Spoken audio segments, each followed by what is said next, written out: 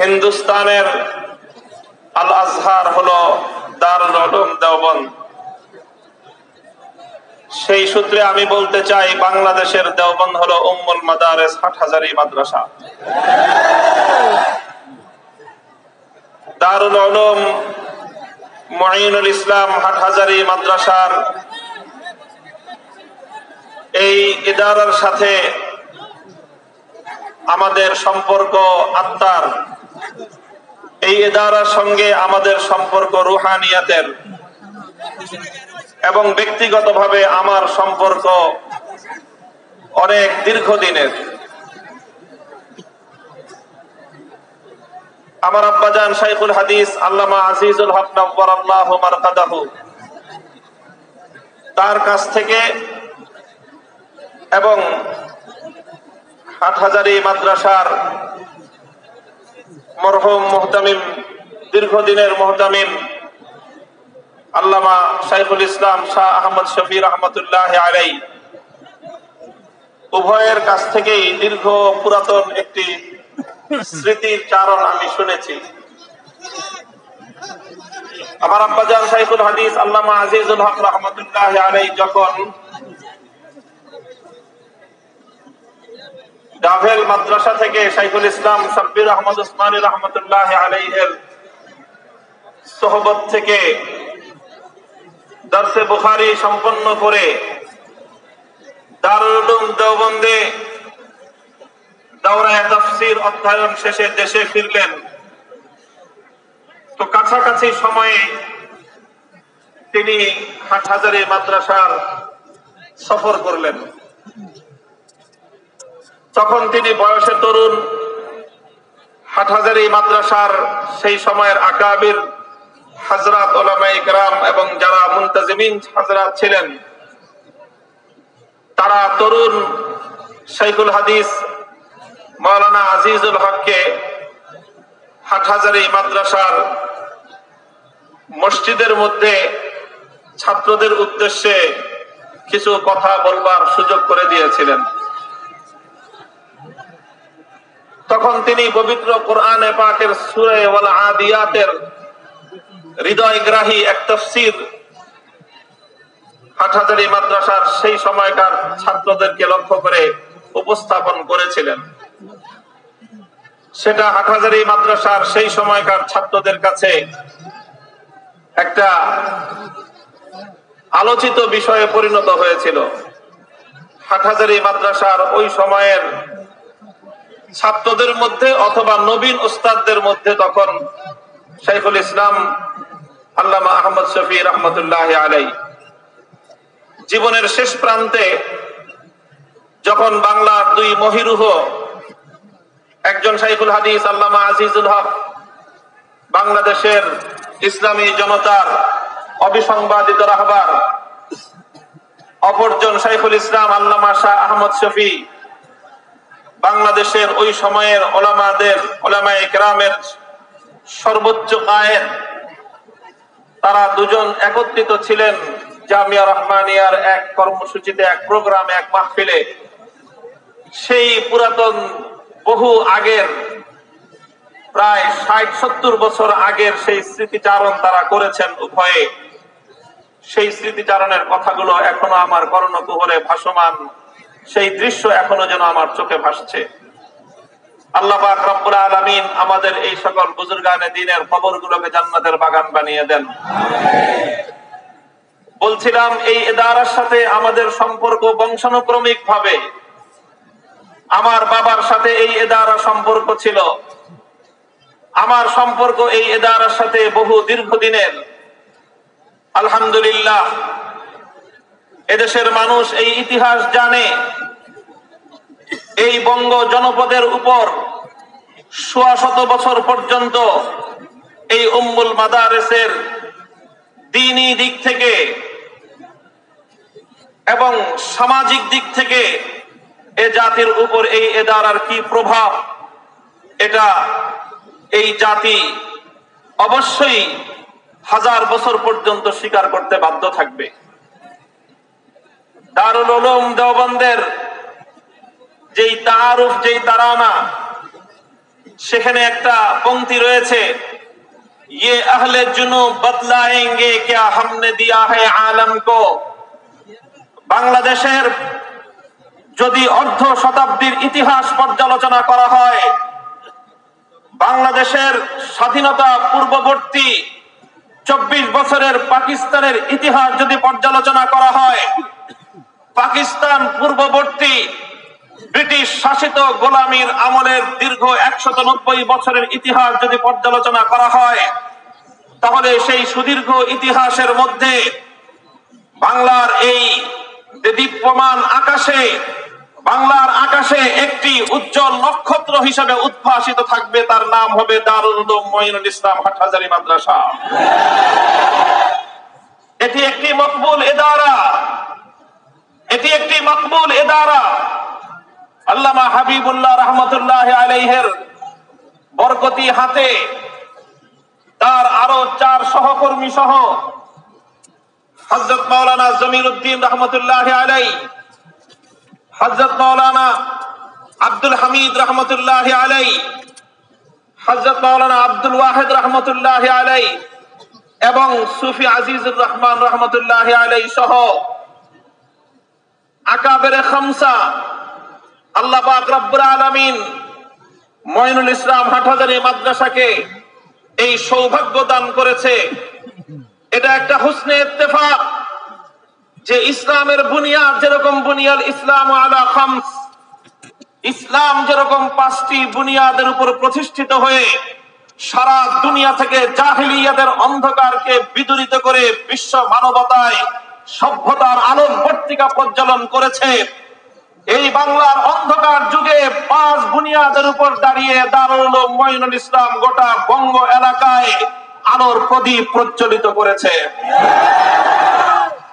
এটা সেই ইদারা, যে ইদারা থেকে আলোর মশাল জ্বলেছে। এটা সেই ইদারা, যে ইদারা থেকে ব্রিটিশ ভারতবর্ষে ব্রিটিশের গোলামীর জিঞ্জিরকে ছিন্ন করবার জন্য এখান থেকে আওয়াজ উচ্চারিত হয়েছে। এটা সেই ইদারা, যেই ইদারা থেকে সর্বদাই দেশ এবং জাতির যে কোনো ক্রান্তিকালে শক্ত হাতে হাল ধারণ করা হয়েছে। এটা সেই ইদারা, যেই ইদারার সাথে যারা টক্কর দিতে এসেছে, ইতিহাস বলে ওদের অস্তিত্ব ইতিহাস থেকে নিশ্চিহ্ন হয়ে গিয়েছে। আমরা দ্ব্যর্থহীন ভাষায় আজও বলতে চাই, দারুল উলুম মঈনুল ইসলাম হাটহাজারী মাদ্রাসা প্রায় 100 বছর অতিক্রান্ত হয়ে 1.5 শতাব্দীর দ্বার প্রান্তে উপনীত। এই দীর্ঘ ইতিহাস থেকে সকলে শিক্ষা নিবে এবং উম্মুল মাদারিসকে সেই গুরুত্ব এবং মর্যাদা দিয়েই দেশ এবং জাতির সংশ্লিষ্ট সকল মহলগুলো সেভাবে এই ইদারার সাথে যাবতীয় আচরণগুলো নির্ধারণ করবে। সকলকে বলবো, শাইখুল ইসলাম আল্লামা শাহ আহমদ শফি রহমতুল্লাহ আলাইহি দীর্ঘ তার কিয়াদতে হাটহাজারী মাদ্রাসা আল্লাহ পাক রব্বুল আলামিন এর তারাক্কি এবং আরো বহু উন্নতি দান করেছেন। অনেকে মনে করেছে শাইখুল ইসলামের ইন্তেকালের মধ্য দিয়ে হাটহাজারী মাদ্রাসার নেতৃত্বের আসন দুর্বল হয়ে পড়বে, বাংলাদেশের সামাজিক এবং ধর্মীয় অঙ্গনে হাটহাজারী মাদ্রাসার গুরুত্ব কিছুটা হ্রাস পাবে। কিন্তু হযরতের ইন্তেকালের এই 2-2.5 মাসের ব্যবধানে এ কথা আজকে স্পষ্টভাবে প্রমাণিত যে হাটহাজারী মাদ্রাসা আলহামদুলিল্লাহ শাইখুল ইসলামের সময়কালে যেভাবে এদেশের গোটা জাতির মারজা ছিল হাটহাজারী মাদ্রাসা, যে কোনো ক্রান্তিকালে উলামায়ে কেরাম হাটহাজারী মাদ্রাসায় ছুটে এসেছে, এখনো হাটহাজারী মাদ্রাসার সেই অবস্থান অটুট এবং অব্যাহত আছে। আগামী দিনেও দেশ এবং জাতির ক্রান্তিকালে গুরুত্বপূর্ণ হেদায়েত এবং নির্দেশনা ফয়সালা হাটহাজারী দেওয়ার জন্য প্রস্তুত আছে জাতির উলামায়ে কেরাম, সেটা মানতেও প্রস্তুত রয়েছে ইনশাআল্লাহ। মুহতারাম হাজিরিন, দারুল উলুম মঈনুল ইসলাম হাটহাজারী মাদ্রাসা রুহানিয়াতের কেন্দ্রবিন্দু। এখান থেকে আধ্যাত্মিকতার যে আলো ছড়িয়েছে, এখান থেকে ইলমের নূর ছড়িয়েছে, এখান থেকে আমলের পয়গাম ছড়িয়েছে, এখান থেকে দ্বীনের দাওয়াতের এক বিশাল স্রোত প্রবাহিত হয়েছে। ঠিক তদ্রূপ শেখুল ইসলাম আহমদ শফী রহমতুল্লাহ আলাইহি জীবনের শেষ সময়ে এসে দারুল উলুম মঈনুল ইসলাম হাটহাজারী মাদ্রাসা থেকে বাংলাদেশের ইতিহাসের সবচেয়ে ক্রান্তিকাল, বাংলাদেশের ইতিহাসের একটা ক্রান্তিকাল ছিল সেটা। আমি হযরত শেখুল ইসলাম রহমতুল্লাহ আলাইহির ইন্তেকালের পর অনেক জলসায় হযরতের জীবনী আলোচনার সুযোগ আমার হয়েছে, ডাক পড়েছে, ওলামায়ে কেরামের পক্ষ থেকে কথা বলেছি। একটি কথা আমি দ্ব্যর্থহীনভাবে উচ্চারণ করেছি, শেখুল ইসলাম আল্লামা আহমদ শফীর এদেশের মাদারেসে কওমিয়াগুলোর উপর কি অবদান সেটা মাদ্রাসাগুলো বলবে। হাটহাজারী মাদ্রাসার উপর শেখুল ইসলামের কি অবদান এর প্রতিটি ঈদ কণা তার সাক্ষ্য দিবে। এদেশের উলামায়ে কেরামের উপর তার কি অবদান সেটা এদেশের আলেম সমাজ তার সাক্ষ্য দিবে। তবে বাংলাদেশের জাতি, রাষ্ট্র এবং স্বাধীনতার উপর শেখুল ইসলামের কি অবদান সেটা এই বাংলাদেশকে অনাগত ভবিষ্যতে স্বীকার করতে হবে। 2013 সালের জানুয়ারি ফেব্রুয়ারির সেই সময়গুলোর কথা যদি কারো মনে থেকে থাকে, এমন একটা পরিস্থিতি বাংলাদেশে তৈরি হয়েছিল যেন গোটা বাংলাদেশকে নাস্তিক্যবাদ গ্রাস করতে চলেছে।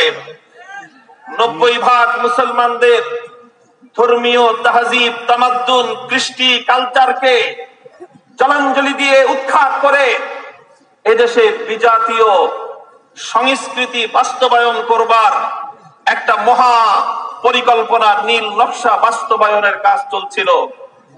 আজও আমার মনে পড়ে, বাংলার প্রত্যন্ত অঞ্চলে যখন আমরা যেতাম, সন্ধ্যা নেমে আসলে দেখতাম সেই প্রান্তিক অঞ্চলগুলোতে জেলা পর্যায়ে শুধু নয়, উপজেলা থানা প্রপারেই নয়, এমনকি গ্রামের বাজারে পর্যন্ত দেখতাম সন্ধ্যা নামার সাথে সাথে একদল মানুষ মোমবাতি নিয়ে দাঁড়ায় আছে, প্রদীপ জ্বালিয়ে এভাবে রাস্তাঘাটে আগুনের একটা সংস্কৃতি, অগ্নি পূজারীদের একটা কালচার বাংলাদেশকে গেলানোর চেষ্টা করা হয়েছিল। আর বাংলাদেশের একটা গুরুত্বপূর্ণ জায়গা, একদিকে প্রাচ্যের অক্সফোর্ড খ্যাত ঢাকা বিশ্ববিদ্যালয়, অপরদিকে বাংলাদেশের শীর্ষস্থানীয় দুটি চিকিৎসা প্রতিষ্ঠান, দুটি মেডিকেল, বারডেম হাসপাতাল, আরেকদিকে PG hospital, Bangabandhu Sheikh Mujibur Rahman medical college and hospital, আর আরেকদিকে হলো বাংলাদেশের জাতীয় জাদুঘর। বাংলাদেশের নাভি বলা চলে জায়গাটা। সেই জায়গাটাকে মাসের পর মাস দখল করে সেখানে রাত নাই দিন নাই বেগানা নারী আর পুরুষদের আড্ডাখানায় পরিণত করা হয়েছিল। বাংলাদেশের হাজার বছরের সভ্যতাকে দুপায়ে দলিত করে অসভ্যতা, বেলাল্লাপনা, বেহায়াপনার স্রোতে বাংলাদেশকে ভাসিয়ে দেওয়ার এক অপতৎপরতা শুরু হয়েছিল। সেটা ছিল বাংলাদেশের ঐতিহ্যকে ধ্বংস করবার এক মহা ষড়যন্ত্র। দুঃখজনক এবং মারাত্মক বিষয় যেটা ছিল, কাজ চলতেছিল এমন অপকর্ম, কাজটা ছিল ইসলাম বিরোধী, কাজটা ছিল বাংলাদেশের হাজার বছরের সভ্যতা বিরোধী। আমার বাংলাদেশের জাতি, ধর্ম, বর্ণ নির্বিশেষে কোন জাতির সভ্য মানুষদের কাছে এটা অ্যাকসেপ্টেড নয়, এটা গ্রহণযোগ্য নয় যে একটা যুবতী মেয়ে, একটা তরুণী মেয়ে রাত 12টার সময়, 1টার সময়, সাথে তার কোনো গার্জিয়ান নেই, তার বাবা নেই, ভাই নেই, স্বামী নেই, এরকম কোন অভিভাবক ছাড়া একটা যুবতী তরুণী মেয়ে রাস্তার মোড়ে গিয়ে অথবা কোনো গাছের আবডালে গিয়ে যুবকদের সঙ্গে নাচানাচি করবে, ঠলাঠলি করবে। এটা বাংলাদেশের শুধু মুসলিম সভ্যতা নয়, বাংলাদেশের হিন্দু বনেদি সভ্যতায়ও এটা কোশ্চেনকালেও গ্রহণযোগ্য ছিল না। কিন্তু সেই বাংলাদেশের হাজার বছরের সভ্যতাকে ধ্বংস করে দিয়ে বেহায়াপনা, অশ্লীলতা, এটাকে বাংলাদেশে প্রতিষ্ঠিত করবার এক পায়ে তারা চলছিল। এর চেয়েও আরো ভয়ঙ্কর এক বিষয় ছিল যেটা বাংলাদেশের অস্তিত্বকে শেকড় সহ উপড়ে ফেলবার পায়ে তারা ছিল। অনেকে তখন হাসি ঠাট্টা করে বলতো যে বাংলাদেশে বর্তমানে সরকার হলো দুটো। ওই সময়ের কথা বলতেছি। একটা হলো শেখ হাসিনার সরকার, আর একটা হলো ইমরান এইচের সরকার।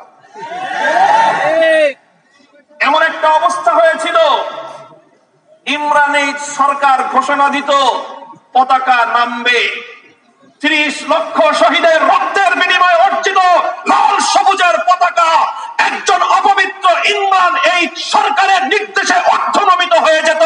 বাংলাদেশের জন্য এর চেয়ে বড় কলঙ্কজনক বিষয় কিছু হতে পারে না।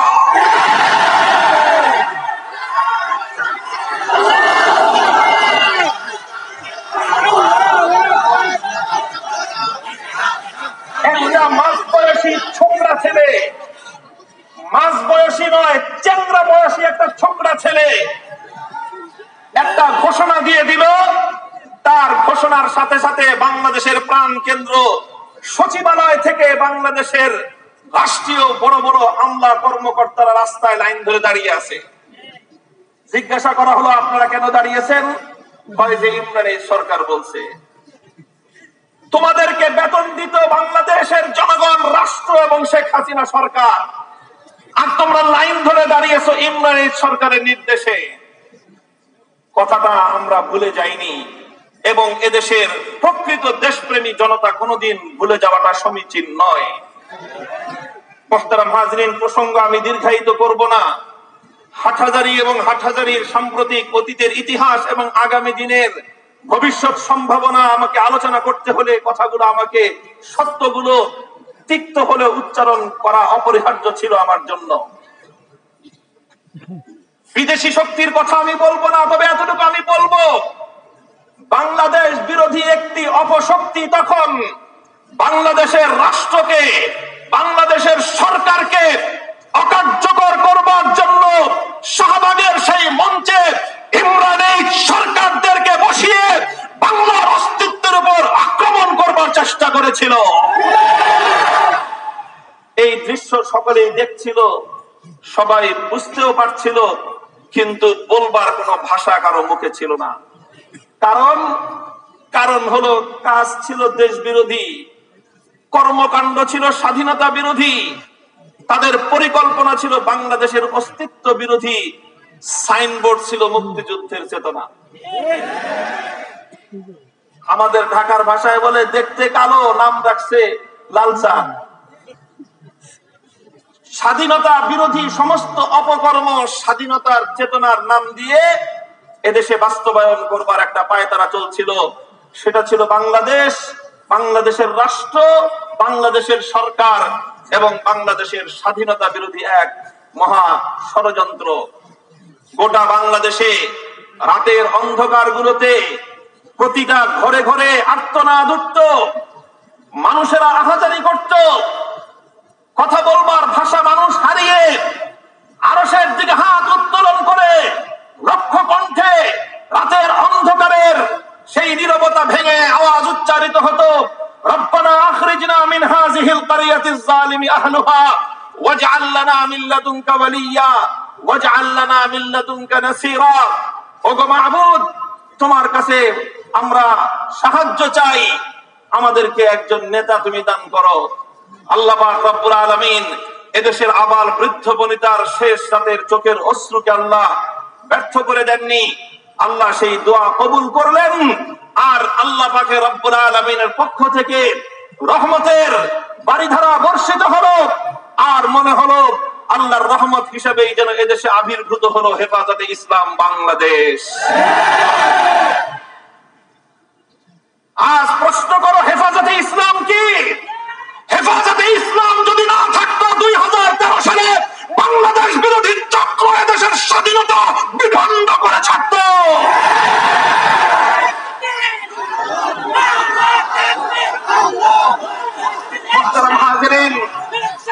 শাইখুল ইসলাম আল্লামা শাহ আহমদ শফী রহমতুল্লাহি আলাইহি দীর্ঘ 80 বছর পর্যন্ত যিনি খানকার গোসানাসীন বুজুর্গ ছিলেন, দীর্ঘ 80 বছর পর্যন্ত যিনি হাটহাজারী মাদ্রাসার এই প্রান্তিক অঞ্চলের কেবলমাত্র একজন মুহতামিম ছিলেন, 80 বছর পর্যন্ত যিনি দারুল হাদিসের দরসে মসনদে হাদিসের একজন মুহাদ্দিস ছিলেন, জাতির এই ক্রান্তিকালে দেশ এবং জাতিকে রক্ষা করবার জন্য তিনি ডাক দিলেন, তিনি আযান দিলেন।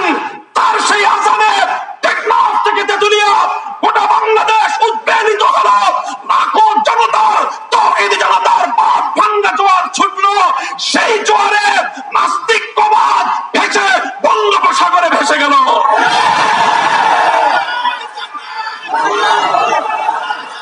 আল্লামা শাহ আহমদ শফী রহমতুল্লাহি আলাইহি সেই ধারা অব্যাহত রেখে গেলেন। তিনি তার পরবর্তী সুযোগ্য নেতৃত্ব রেখে গিয়েছেন। তার হাতের প্রায় 3 দশকের তিল তিল করে লালিত এই হাটহাজারী মাদ্রাসাকে পরবর্তী সুযোগ্য নেতৃত্বের হাতে তিনি সমর্পণ করে গিয়েছেন। আল্লামা আহমদ শফী রহমতুল্লাহি আলাইহির জীবনের অন্তিম সময়ে যে সিদ্ধান্তগুলো ছিল সেগুলো পর্যালোচনা করলে দেখা যায় যারা হাটহাজারী মাদ্রাসাকে ব্যর্থ করবার পায়তারা চালিয়েছিল, ইতিহাসের প্রতিটি বাঁকে বাঁকে একথা আমরা প্রমাণ পাই। হাটহাজারী মাদ্রাসা দখল করবার জন্য পায়তারা চালানো হয়েছিল, হাটহাজারী মাদ্রাসায় সশস্ত্র হামলা হয়েছিল।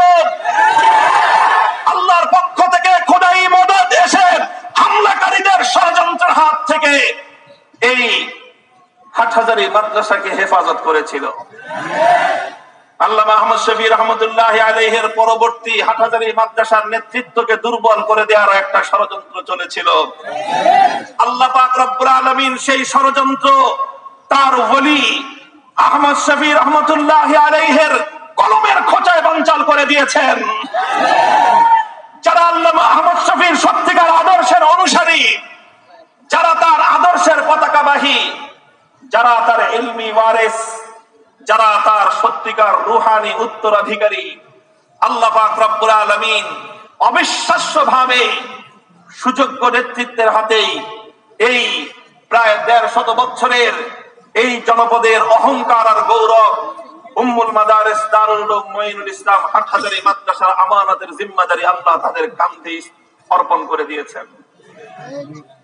মুহতারাম হাজিরিন, হযরতের জীবদ্দশার শেষ প্রান্তে এসে দেশ জাতি এবং ইসলামের মুহাফেজ আর নেগাহবান হিসেবে তার গড়ে তোলা হেফাজতে ইসলাম বাংলাদেশ, সেটাও শাইখুল ইসলাম আল্লামা আহমদ শফীর যথাযোগ্য উত্তরসূরিদের হাতেই অর্পিত হয়েছে। অনেকের গাত্রদাহ শুরু হয়েছে, অনেকে ষড়যন্ত্রের জাল বুনছে।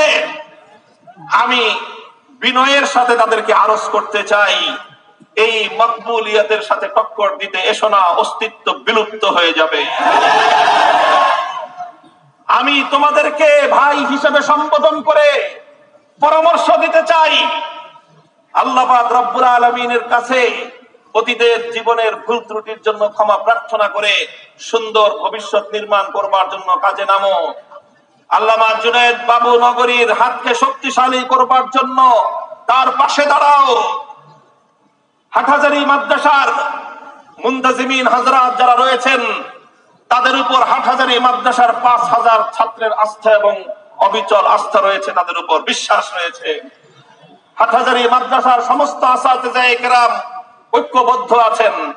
হাটহাজারী অঞ্চলের গোটা এলাকাবাসী এই ইন্তেজামিয়ার উপর, এই কর্তৃপক্ষের উপর এবং এই নেতৃত্বের উপর তাদের নিরঙ্কুশ আস্থা তারা জ্ঞাপন করেছেন। গোটা বাংলাদেশের আলেম সমাজ অভূতপূর্বভাবে সমর্থন জানিয়েছেন পরবর্তী উত্তরাধিকারীদেরকে। কাজেই এটার সঙ্গে যদি কেউ টক্কর দিতে আসো, আমি বলে দিই, দেখতে দুর্বল মনে হয়, দেখতে মনে হয় হুইল চেয়ারে চলেন, কেউ মনে করতে পারো ধাক্কা দিলেই বুঝি পড়ে যাবে। আমি তোমাদেরকে ইতিহাস স্মরণ করিয়ে দিয়ে বলতে চাই, ব্রিটিশের মতো গ্রেট ব্রিটেন বিশাল সাম্রাজ্যের অধিকারী, তারাও মনে করেছিল কোরআনের ভাঙ্গা কুড়ে ঘরের মক্তবগুলোকে ধাক্কা দিলে বুঝি পড়ে যাবে। ব্রিটিশ এসেছিল কোরআনের ভাঙ্গা কুড়ে ঘরের মক্তব আর কোরআনের প্রতিষ্ঠানের সঙ্গে ধাক্কাধাক্কি করতে। ইতিহাস বলে কোরআনের ভাঙ্গা কুড়ে ঘরের মক্তব তার আপন জায়গায় দাঁড়িয়ে আছে, গ্রেট ব্রিটেন ভেঙ্গে টুকরো টুকরো হয়ে গিয়েছে। কাজেই মুহতারাম হাজিরিন, কথা ভিন্ন বিষয়বস্তু ছিল, আলোচনা সেদিকে আর লম্বা করব না। আমি একটা ছোট্ট বিষয় নিয়ে আলোচনা করতে চেয়েছিলাম। বিষয়টা হলো আজকে মুসলিম জনপদের উপর এক বিশাল ফিতনা, বিশাল এক ফিতনা কাল বৈশাখীর কালো মেঘের মতো ধেয়ে আসছে আমাদের এই বাংলাদেশের জনপদের উপরেও সেটা আসছে। সেটা হলো নাস্তিক্যবাদের ফিতনা, এথিজমের ফিতনা। নাস্তিক্যবাদের এই ফিতনা সম্পর্কে দেশ এবং জাতি, রাষ্ট্রের কর্ণধার সকলেরই সতর্ক এবং সোচ্চার হওয়া উচিত। কারণ নাস্তিক্যবাদ শুধু ইসলাম বিরোধী ফিতনার নাম নয়, নাস্তিক্যবাদ এটা সভ্যতা বিরোধী এক ফিতনার নাম। নাস্তিক্যবাদ শুধুমাত্র ইসলাম বিরোধী ফিতনা নয়, নাস্তিক্যবাদ মানবতা বিরোধী এক ফিতনার নাম। নাস্তিক্যবাদ কাকে বলা হয়? নাস্তিক্যবাদের সাধারণ পরিচয় যেটা, যারা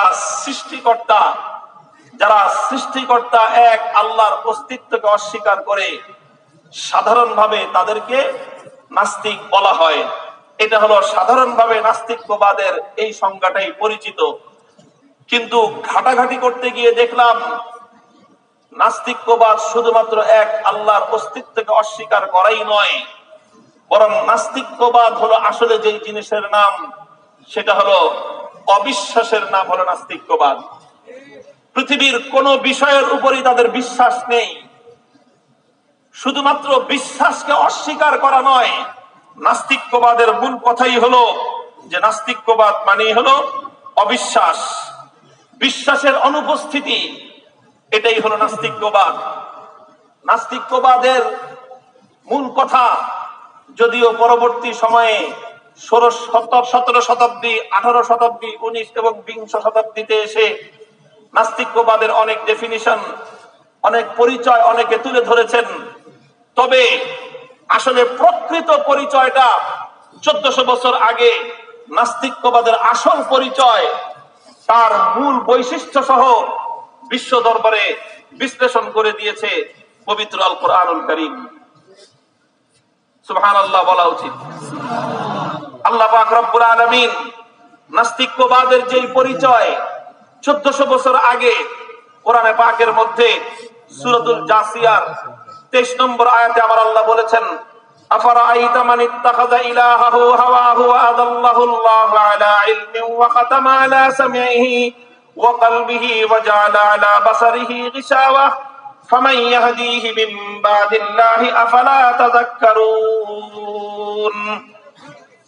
আল্লাহ বলেছেন যে এই কথা সারমর্ম হলো এই যে আমরা মনে করি নাস্তিক মানে হলো যে তার কোনো সৃষ্টিকর্তা নেই, তার কোনো ইলাহ নেই, তার কোনো মাবুদ নেই।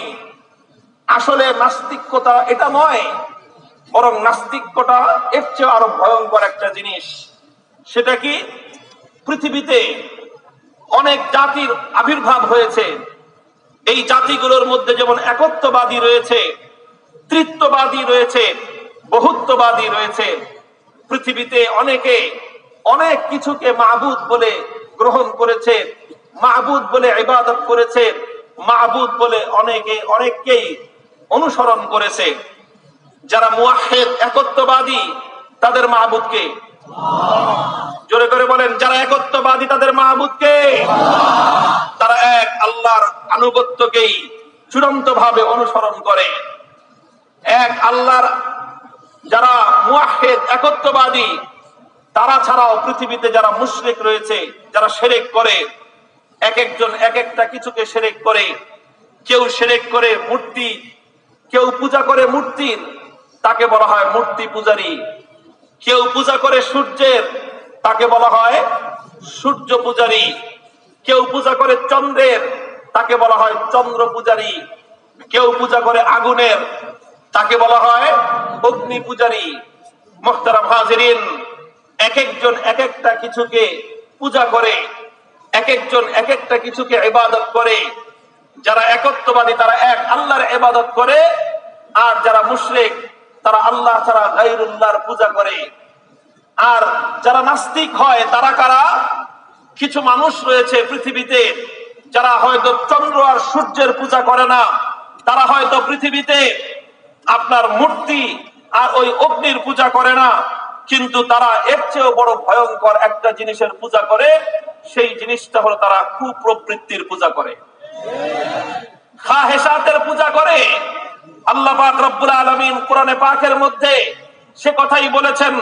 অন্য আরেক আয়াতের মধ্যে আল্লাহ পাক রব্বুল আলামিন সূরাতুল ফুরকানে ইরশাদ করেছেন, আরাআইতা মান ইত্তাখাযা ইলাহাহু হাওয়াহু আফাআনতা তাকুনু আলাইহি ওয়াকিলা।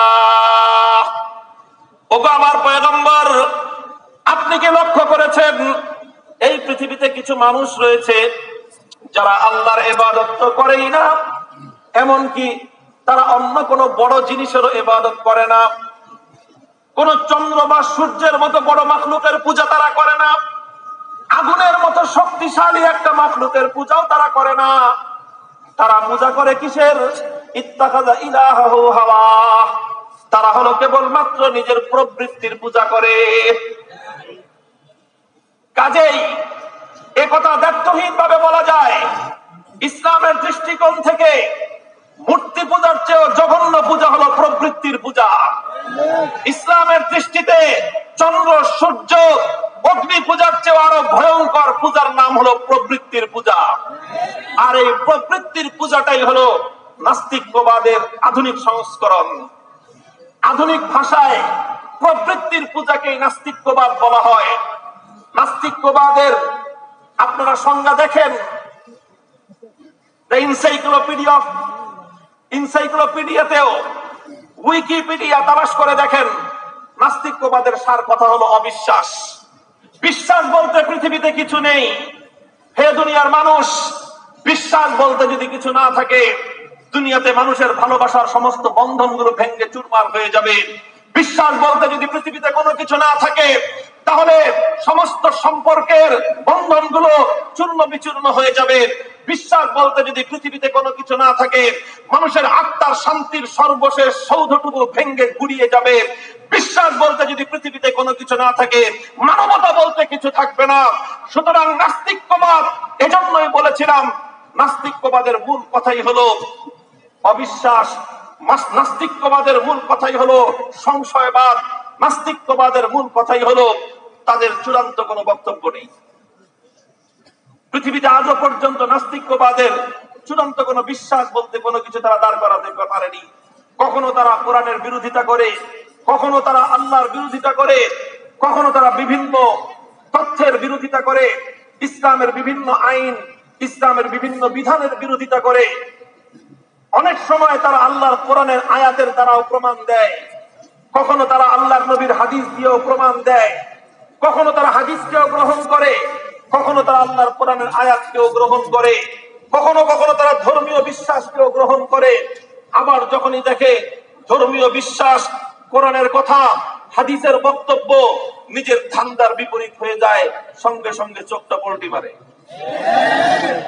অর্থাৎ এক কথায় বলতে গেলে নাস্তিক্যবাদ এটা হলো চূড়ান্ত সুবিধাবাদী একটা মতবাদের নাম।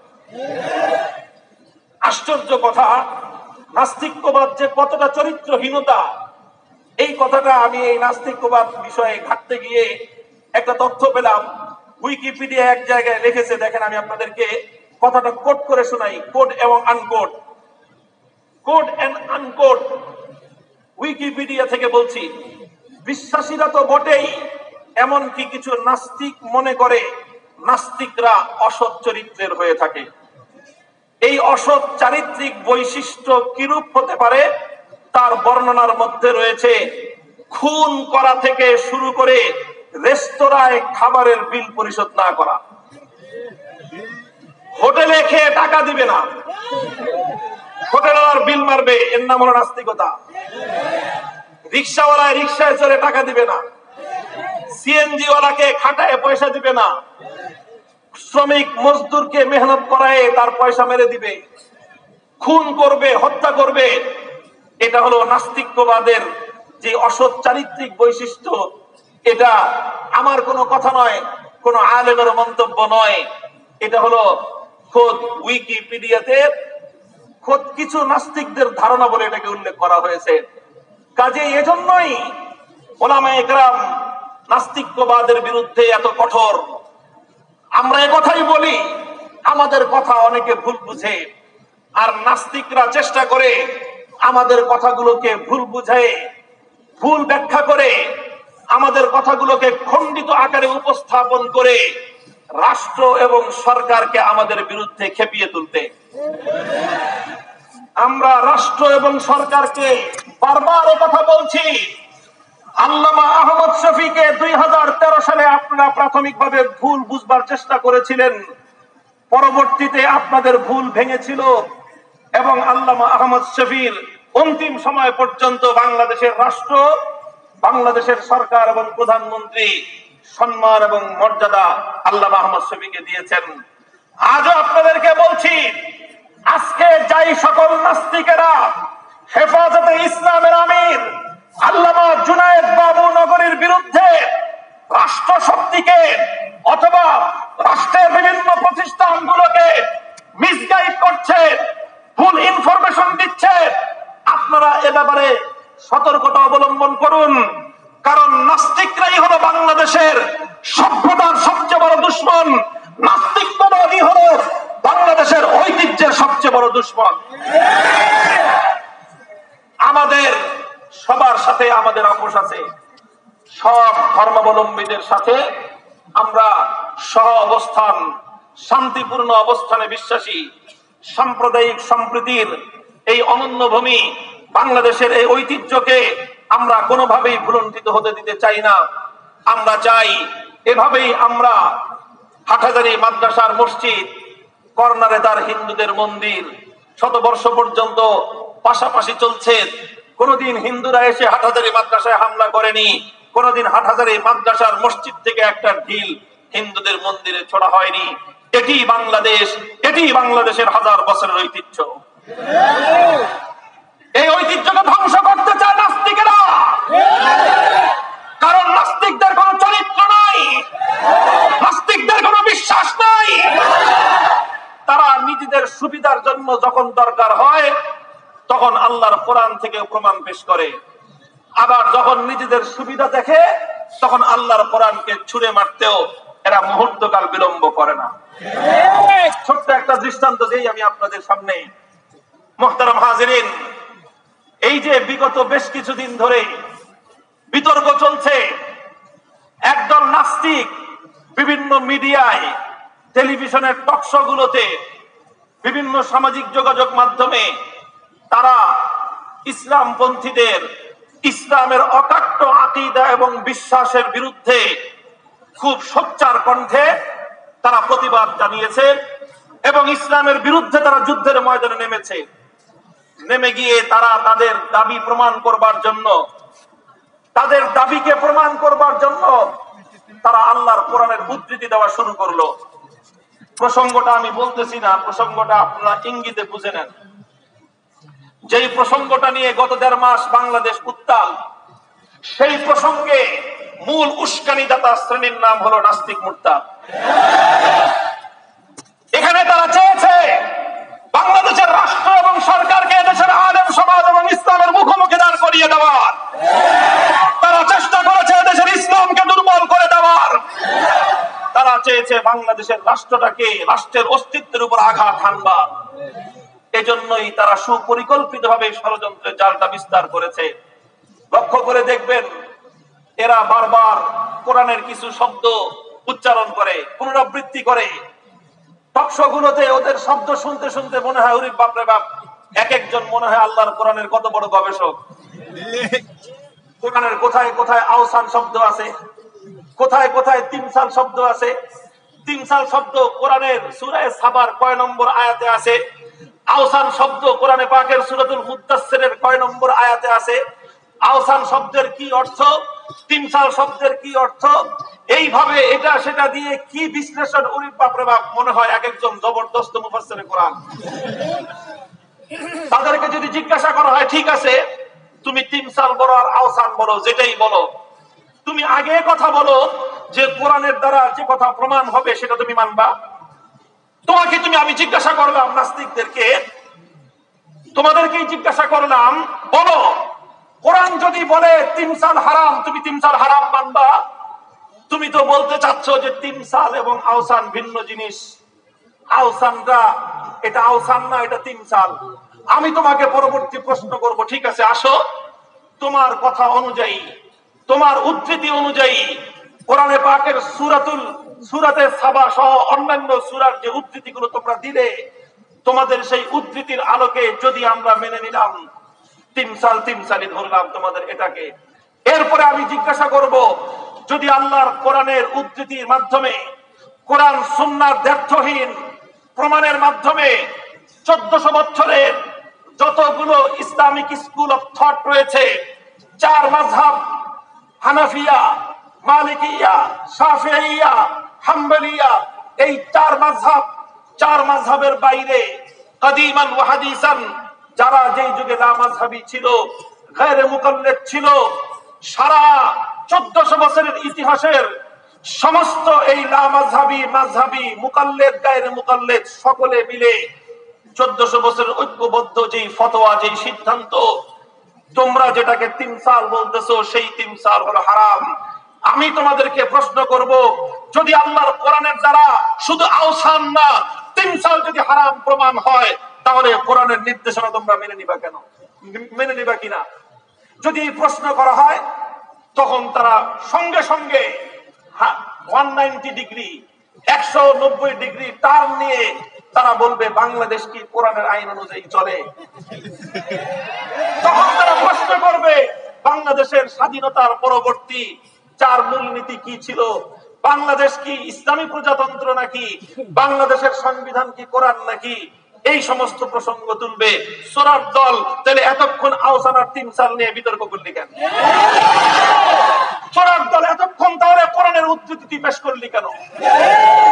তাহলে তুমি যদি কোরআনের উদ্ধৃতি উপস্থাপন করে থাকো, তাহলে এর অর্থ হলো কোরআন দিয়ে যেটা প্রমাণিত হবে তুমি সেটাই মানবে। আসল কথা হলো তারা কোরআনও মানবে না, তারা হাদিসও মানবে না। আর আইতা মান ইত্তাখাযা ইলাহাহু হাওয়া, তাদের অনুসরণীয় আল্লাহর কোরআনও নয়, তাদের অনুসরণীয় আল্লাহর পয়গম্বরের হাদিসও নয়, তাদের অনুসরণীয় আরশের মালিক আল্লাহ রাব্বুল আলামিন নন, তাদের অনুসরণীয় হলো একমাত্র তাদের ধান্দাবাজি আর তাদের কুপ্রবৃত্তি। মুহতারাম হাজিরিন, সুতরাং আজ এ কথা দ্ব্যর্থহীন ভাবে আমাদেরকে বলতে হবে, এ কথা পরিষ্কার ভাষায় বলতে হবে যে নাস্তিক্যবাদ এটা শুধুমাত্র ইসলাম বিরোধী একটি ফিতনা নয়, বরং এটা মানবতা বিরোধী একটা ফিতনা।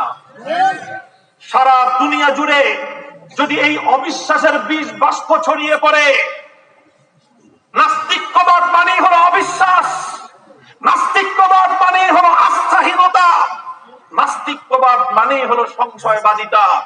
পৃথিবীতে যদি বিশ্বাস না থাকে, পৃথিবীতে যদি আস্থা না থাকে, পৃথিবীতে যদি অবিচলতা না থাকে, বিশ্ব সভ্যতা কোনোদিন তার আপন গতি পেতে পারে না, সঠিক ধারায় পরিচালিত হতে পারে না। মুহতারাম হাজিরিন, আখেরি আরেকটা প্রসঙ্গ আলোচনা করে আলোচনা সমাপ্ত করব। এই বিশাল মজমা, এত আজিম শান এই মঞ্চ, আসলে এই মঞ্চে কথা বলতে আমি নিজে ইতস্তত বোধ করছি।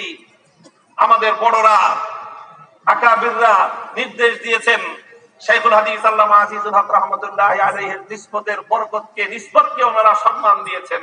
আল্লাহ পাক রব্বুল আলামিন মুঈনুল ইসলাম হাটহাজারী মাদ্রাসার মুনতাজিমিনদেরকে আল্লাহ পাক রব্বুল আলামিন উঁচু মর্যাদা দান করেন। নিসবতকে ওনারা কদর করেছেন। আমি মামুনুল হক নস্যি, আমি জানি আমি কিছুই না, কিন্তু আমার সঙ্গে শাইখুল হাদিস আল্লামা আজিজুল হক রহমতুল্লাহ আলাইহির নাম জড়িয়ে আছে। আমি জানি আমার সঙ্গে শাইখুল হাদিসের ঘাম আর অশ্রু দিয়ে গড়া জামিয়া রহমানিয়া আরাবিয়ার নাম জড়িয়ে আছে। ওনারা এটাকে শ্রদ্ধা জানিয়েছেন। আল্লাহ পাক রব্বুল আলামিন ওনাদেরকে এর প্রতি উত্তর এবং প্রতিদান দান করুন, উত্তম বিনিময় দান করুন। মুহতারাম হাজিরিন, যে কথাটা বলে আমি আমার আলোচনা সমাপ্ত করতেছি, এই যে নাস্তিক্যবাদ আসছে কোত্থেকে? নাস্তিক্যবাদ ভয়াবহ আকারে বিস্তার লাভ করছে। বহু মানুষ আছে মুসলিম সমাজে, নামধারী মুসলিম, কিন্তু প্রকৃত অর্থে সংজ্ঞা এবং পরিচয়ের দিকে খবর নিলে দেখা যাবে যে ওরা আসলে ইসলাম এবং ঈমান তাদের অন্তরের মধ্যে নাই, ইসলামী আকীদা এবং বিশ্বাস তাদের অন্তরের মধ্যে নাই। তারা ওই অবিশ্বাসকেই ধারণ করে আছে। তারা কোরআনকে মানে কখন? মানে যখন কোরআন নিজেদের পক্ষে যায়। তারা নবীর হাদিস মানে কখন? যখন হাদিস নিজের স্বার্থ অনুযায়ী হয়। আর যখনই আল্লাহর কোরআনের কোন বিধান নিজেদের স্বার্থের বিরুদ্ধে যায়, আল্লাহর নবীর কোন হাদিস যখন নিজেদের ইচ্ছার বিরুদ্ধে যায়, তখন আল্লাহর কোরআন এবং নবীর হাদিসকে ছুড়ে মারতে এতটুকু দ্বিধা তারা করে না। এই হলো যাদের চরিত্র। তারা প্রকৃত ঈমানদার হতে পারে না। আদমশুমারিতে মুসলমান হলেও তাদের বিশ্বাসের পরিচয়ের দিক থেকে তারাও এক প্রকার নাস্তিক। এই নাস্তিক্যবাদের সংক্রমণ ঘটতেছে আমার বাংলাদেশের শিক্ষা ব্যবস্থা থেকে।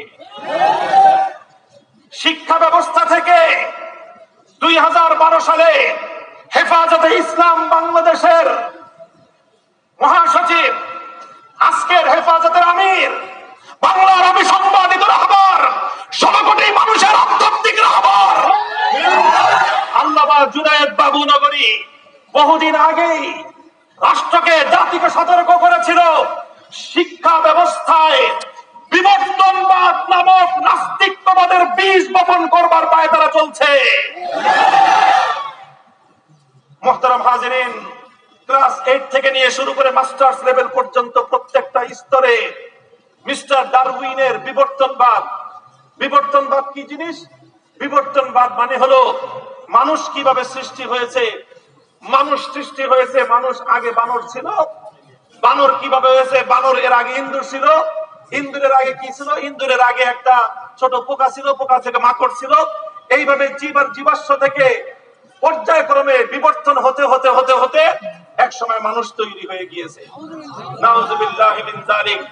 এই বিবর্তনবাদ, যেটা আমাদের বাংলাদেশের রাষ্ট্রীয় সরকারি জাতীয় শিক্ষা কারিকুলামে অত্যন্ত গুরুত্বের সাথে এটার পাঠদান করা হচ্ছে, অথচ এই বিবর্তনবাদ এটা শুধুমাত্র ইসলাম নয়, বরং পৃথিবীর গ্রহণযোগ্য প্রতিটি ধর্মের মূল চেতনার সাথে সাংঘর্ষিক। এই বিবর্তনবাদ এটা ইসলামের অনেকগুলো মৌলিক আকীদা এবং বিশ্বাসের সাথে সরাসরি সাংঘর্ষিক। বিবর্তনবাদের অর্থ হলো মানুষের জন্য কোনো আলাদা সৃষ্টিকর্তার প্রয়োজন নেই। মানুষ প্রাকৃতিক উপায়ে বানর থেকে পিঠ সোজা হয়ে লেজ খসে পড়ে মানুষ হয়ে গিয়েছে। এই বিবর্তনবাদকে যদি বিশ্বাস করা হয়, আল্লাহ পাক রব্বুল আলামিন যে কোরআনে পাকের মধ্যে বলেছেন, ইয়া আইয়ুহান নাস ইন্না খালাকনাকুম মিন যাকারিন ওয়া উনসা, হে দুনিয়ার মানুষ, আমি আদিতে প্রথমে একজন পুরুষ আর একজন নারীকে সৃষ্টি করেছি। সেই আদম এবং হাওয়া থেকে বংশানুক্রমিক ভাবে দুনিয়াতে বিশ্ব মানব সভ্যতার বিকাশ ঘটেছে। বিবর্তনবাদকে স্বীকার করার অর্থ হলো আল্লাহ পাক রব্বুল আলামিনের কোরআনের অসংখ্য আয়াতকে অস্বীকার করা।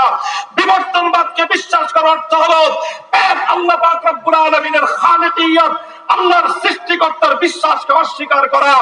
বিবর্তনবাদকে স্বীকার করার অর্থ হলো আল্লাহ পাক রব্বুল আলামিন আদম আলাইহিস সালাম থেকে নিয়ে শুরু করে হাজার হাজার যুগে যুগে লক্ষ পয়গম্বর প্রেরণ করেছেন, সমস্ত নবী রাসূলদেরকে অস্বীকার করা।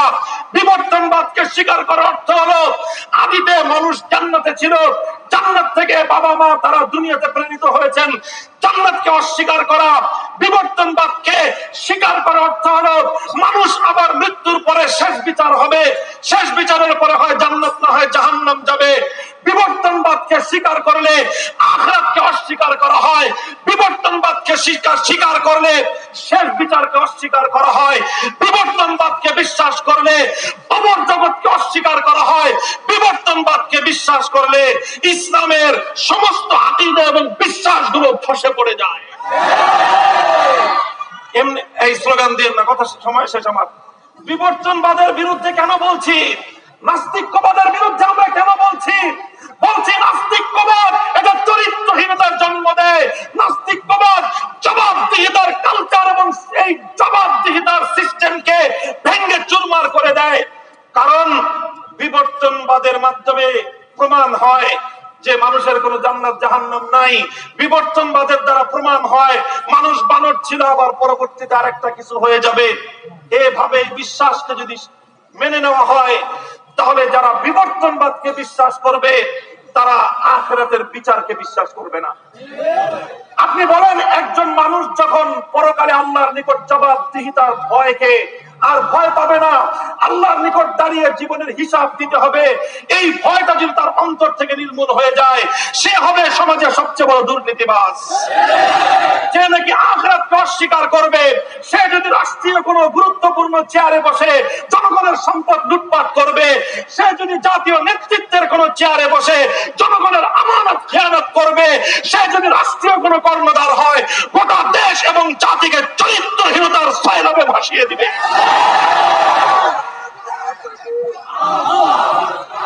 মুহতারাম হাজিরিন, সুতরাং আমাদের পরিষ্কার কথা হলো, আজকে যারা বিবর্তনবাদকে বিশ্বাস করবে, আগামীকাল সেই ছেলেটাই নাস্তিক হতে বাধ্য।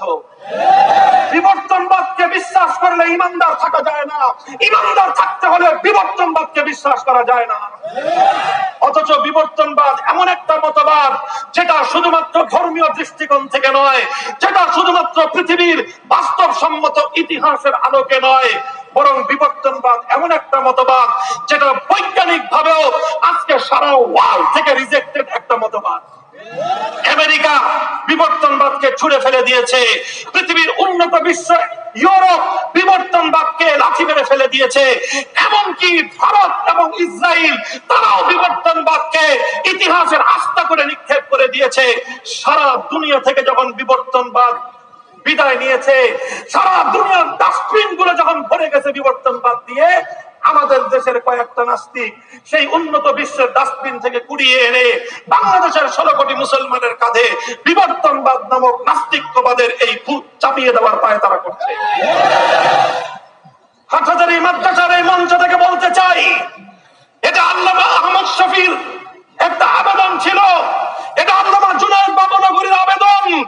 দেশের আগামী প্রজন্মের চরিত্র রক্ষা করার স্বার্থে, দেশের আগামী প্রজন্মের বিশ্বাস এবং চেতনাকে রক্ষা করবার স্বার্থে বিবর্তনবাদ নামক বাতিল মতবাদ বাংলাদেশের জাতীয় শিক্ষা ব্যবস্থায় চলতে পারে না, চলতে পারে না।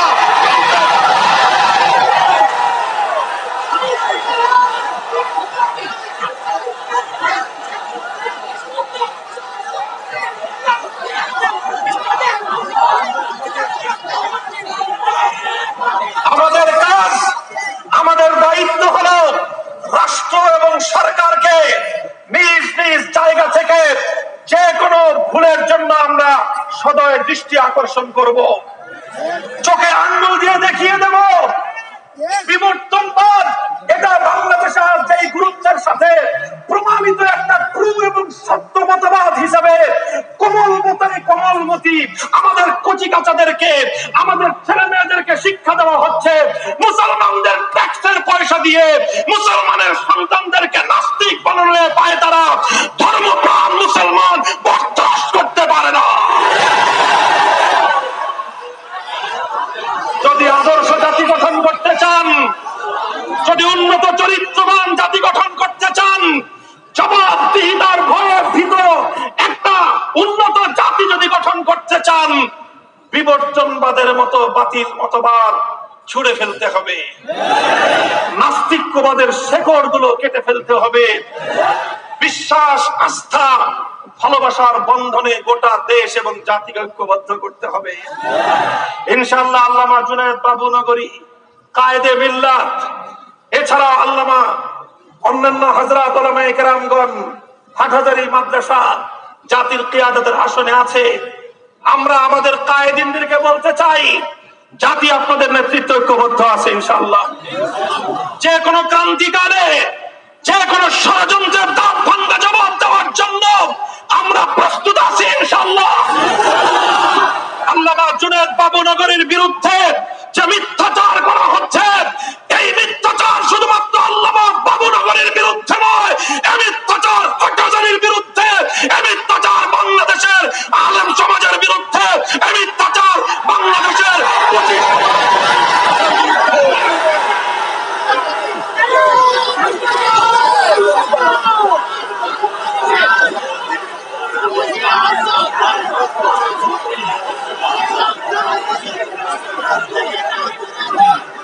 আল্লামা বাবুনগরীকে আক্রমণ করার অর্থ হলো আল্লামা আহমদ শফীকে আক্রমণ করা। যারা আল্লামা আহমদ শফী থেকে আল্লামা বাবুনগরীকে ভিন্ন চোখে দেখতে চায়, তারা শুধু বাবুনগরীর দুশমন নয়, তারা আল্লামা আহমদ শফীর দুশমন। হাটহাজারী মাদ্রাসা যেভাবে ঐক্যবদ্ধ আছে, বাংলাদেশের 15,000 কওমি মাদ্রাসা ঐক্যবদ্ধ আছে। এদেশের ইসলামপন্থী সকল মাসলাক, সমস্ত মাশরাব সবাই হকের পক্ষে আজকে ঐক্যবদ্ধ আছে। নাস্তিকবাদের জায়গা শাহজালালের বাংলায় হবে না, হবে না ইনশাআল্লাহ। প্রস্তুত আছেন তো? আল্লামা বাবুনগরী সহ বড়রা ইনশাআল্লাহ আমাদেরকে যে কোনো নির্দেশ দিবেন, আমরা সর্ব অবস্থায় সব পরিস্থিতিতে আমরা বড়দের আনুগত্য করতে প্রস্তুত, আমিরের ইতাআত করতে প্রস্তুত। আমাদের আমিরের নির্দেশ পছন্দ হলেও মানতে প্রস্তুত, অপছন্দ হলেও মানতে প্রস্তুত। আনুগত্যের পরাকাষ্ঠা প্রদর্শনের মাধ্যমে শৃঙ্খলার যে দৃষ্টান্ত এদেশের মাদ্রাসাগুলো স্থাপন করেছে, আগামী দিনে এটা অটুট থাকবে ইনশাআল্লাহ।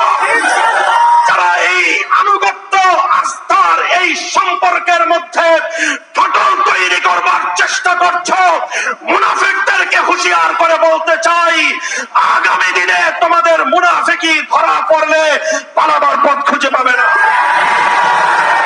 আল্লাহ পাক রব্বুল আলামিন তৌফিক দান করেন। আল্লাহ পাক হাটহাজারী মাদ্রাসার এই দিন দিন তারাক্কি এবং উন্নতির ধারা দিন দুগুনি রাত চৌগুনি তারাক্কি দান করেন। এদেশের আমাদের জন্মভূমির প্রতি ইঞ্চি মাটিকে আল্লাহ পাক ইসলামের ঘাঁটি হিসেবে কবুল করুন। নাসরুম মিনাল্লাহি ওয়া ফাতহুন করিম ওয়া আখিরু দাওয়ানা আলহামদুলিল্লাহি রাব্বিল আলামিন।